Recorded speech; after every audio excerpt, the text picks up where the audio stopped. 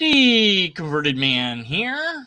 So, during the nice talk I had with that theist from last time, there was a whole another universe going on in chat, as sometimes happens. And some person named Kafei, which is from Majora's Mask, so that's the character, but that's just their YouTube name. So, anyways, mentioned asked about, if I'd ever taken DMT, which there's no way I'm going to possibly pronounce his actual name. And the posit was that there have been many uncited scientific studies where atheists no longer identified as an atheist after taking this particular drug. Now, even if that's true, that doesn't mean that atheism is incorrect, nor does it mean that those individuals' conclusion is correct. This is a drug. It changes how things operate in your brain. Duh, that's what drugs do, because your brain already produces drugs. Your body produces all sorts of chemicals and drugs. So when you take something, that the whole point of it is to interact with your body chemistry and change how things are going on hopefully for the better, hypothetically for the better. But when dealing with drugs like this, there's all sorts of odd effects, and psychologists have had some things to say about the use of this, for treatments and also recreational use. I don't partake in anything that I'm not prescribed. I don't drink alcohol. The only time I ever drink would be in medicine. Sometimes it's in medicine, and a couple times maybe for communion by accident.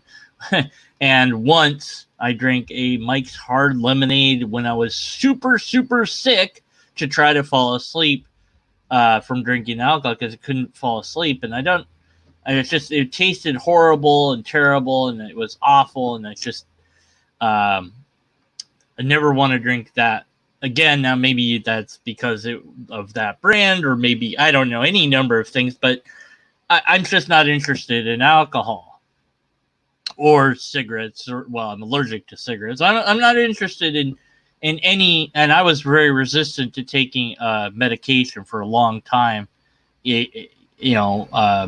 for mental issues, but I outgrew that because I saw that my depression was such that, that this was a viable alternative that might save me from my own brain chemistry not working properly. So I do have medication for depression, anxiety, OCD, and whatever other bleep else I have. Insomnia sometimes. And those things have been somewhat changed because of the medication that I partake in. But I do so, as prescribed, and I, they luckily didn't have any side effects from them, because some of these things you can get side effects. So there's a bell curve built, and the bell curve of any medication is based on a large sample of people that have gotten some money to volunteer to take whatever the medication is, and they have them report on what happens, and sometimes the study is more in depth than that. And at any rate, so you have this nice lovely bell curve, and it tells you, okay, the average amount of people will behave in this way or be affected in X way, and therefore we're pretty sure that that's what this is going to do to you. But we don't know for sure, because everybody's a little bit different. So it might be you're on the other end of this bell curve one way or the other, whichever end you like, and because you're at that end, this will happen to you, and if you're on this other end, this will happen to you. So you'll hear, if you encounter drug commercials on television or whatnot, you'll hear, side effects might include blah, blah, blah, blah, blah. And they list all these, vomiting and insomnia and additional depression if you're taking a depression medicine. And that seems kind of insane. It's like, oh, also suicidal thoughts. My favorite is death. And I always remark when I hear that, I said, death is not a side effect. That's it. If you get that, there is no more side. You're just dead. So I wish that death wouldn't be like, if that's a thing that this thing can do, I don't know that it's worth taking. But maybe the pain or the depression or whatever it is that you're taking this medicine for is so bad that the chance that it might kill you is worth it if this will stop you from feeling that pain or what have you. So at any rate, the posit was, if you took this, then you might fully understand the spiritual experience, or that you might no longer be an atheist. And either could be potentially true. That might actually be, there might actually be a study on this. I don't care. That doesn't tell me that this helps us interact with reality in some way that our normal brain processes cannot already do. We've collectively speaking evolved over millions of years to the point that we're at, and we're still evolving. And goodness only knows how that's going to change in the future, because now we're evolving to adapt to a whole different environment than Africa plains that we came from. And now we're adapting, broadly speaking, to cities and small towns and such. And so goodness knows what that's going to do to us.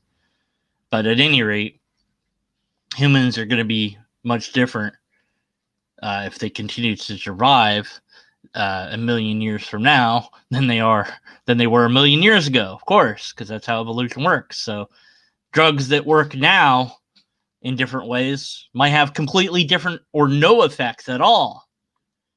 There's I don't know what the technical term for the poison in pufferfish, but of course people do eat pufferfish, despite the fact that it's extraordinarily poisonous. There's neurotoxin that will kill you. So it has to be prepared in a very special way in Japan. That's, and then it's very expensive. And so you're risking potential death for this fish, and you eat it, and it's like a delicacy, and it's a whole thing. And they have to train for an awful long time to get this chef's certificate, because it's the liver that contains this poison. Well, why the bleep would we eat anything that could possibly kill us? Well, we're kind of weird creatures in that on a base nature, we think this. We think, can I eat it? Will it eat me? And or can I have sex with it? Those things aren't mutually exclusive. So if we can't have sex with it, or we're going to try anyways, and then we're going to, okay, well, I can't have sex with it. Can I eat it? No, I can't eat it. Will it eat me? Well, that probably is the first question. But at any rate, maybe it might eat me, but I can eat it first.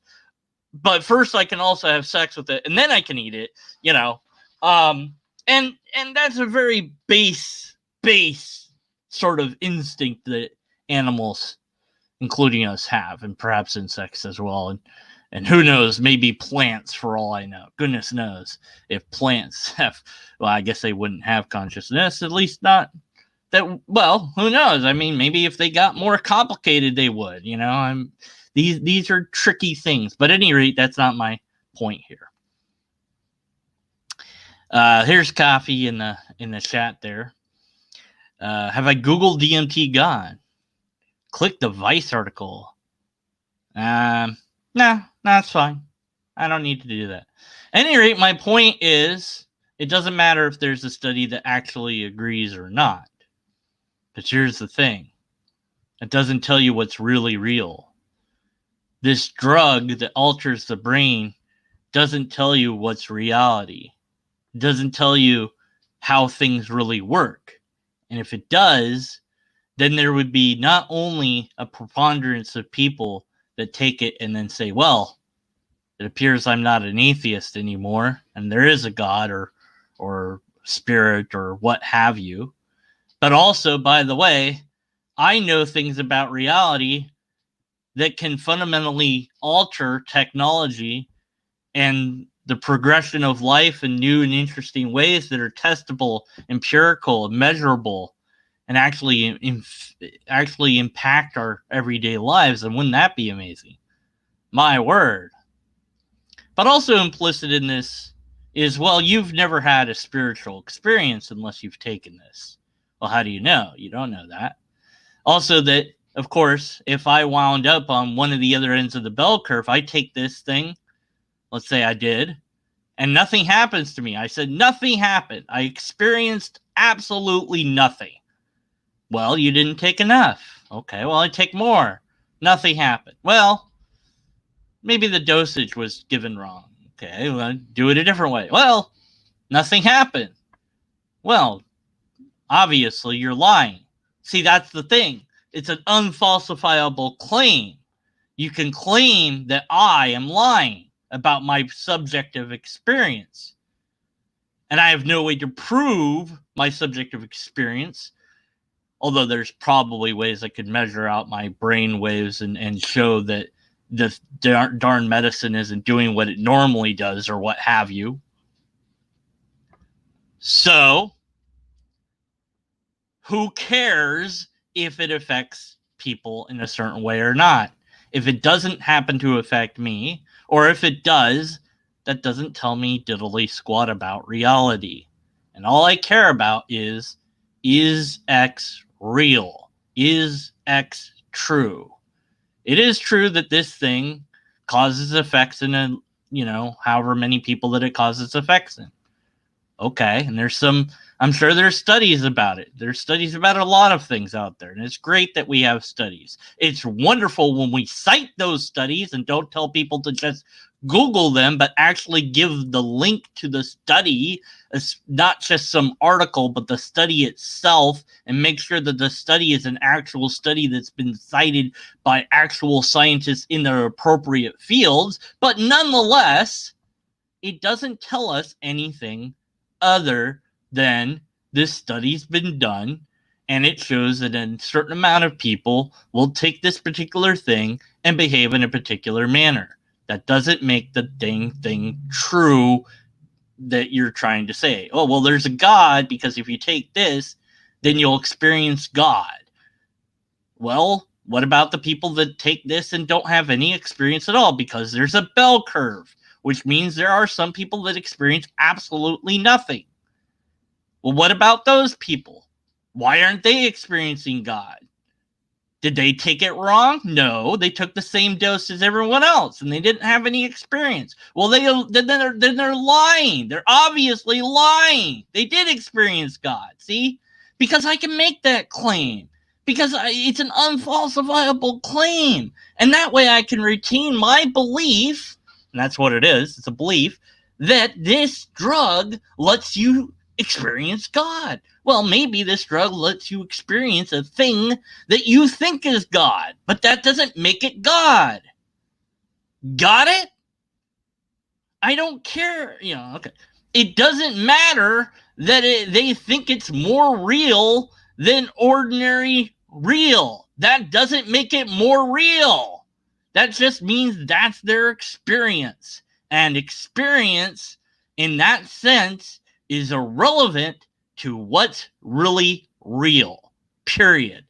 End of story. And what's interesting is, why don't they keep taking it then? If it's so better than reality, then they should be on it all the time. Well, but the thing is, you actually have to eat, and you have to defecate, and you have to sleep. And goodness knows if taking this all the time will let you do those things normally. And if you took too much, it probably would kill you or something. So, no, I'm not going to take this. I'm not interested in it. I'm sure there's been research done on it, but I don't care because it doesn't show me that the dang thing is real that you're trying to say is real. If there's a God, great. Then I don't need a drug for that God to be able to reveal itself to me or anyone else. unless God is that drug, which means that that's God, and so we don't need to call it God. We can just call it DMT. There you go. That's what God is. It's a chemical that we can take.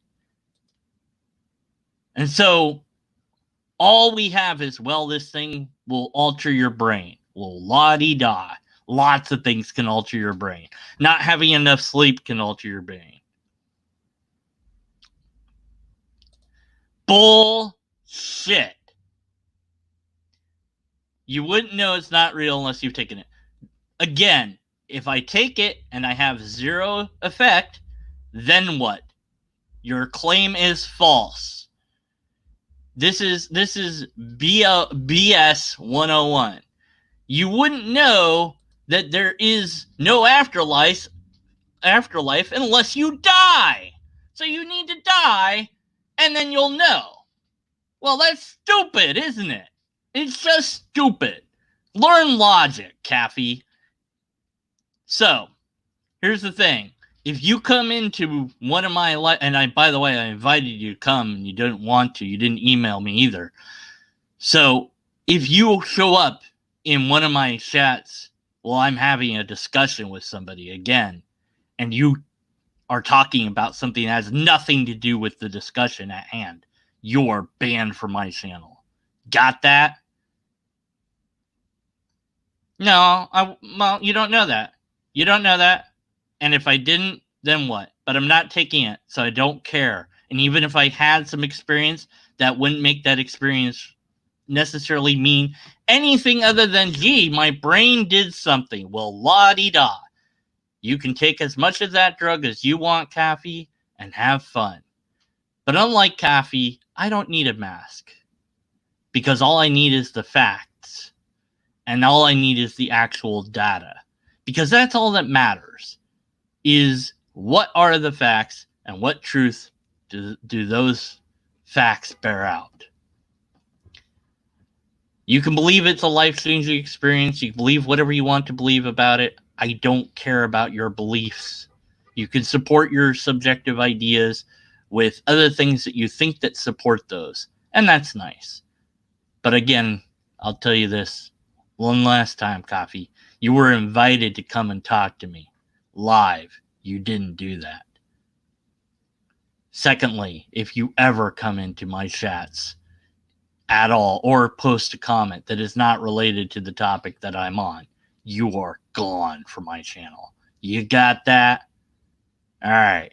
Now in 3 days, you have 3-day countdown and no ocarina to warp you back in time. If you don't come and talk to me to prove that your subjective experience on this drug shows that there is a God, then I'm going to conclude that there's no God still. And you're not going to appear on this because you don't have the courage to subject your ideas to critical analysis live. I guarantee it. Tick tock. See you in 3 days. Actually, I won't. So the moon will crush you. You have no evidence, no argument, and thus I and everyone else must be skeptical of your pathetic conclusions. Just to make it clear, don't troll my people again. Finn.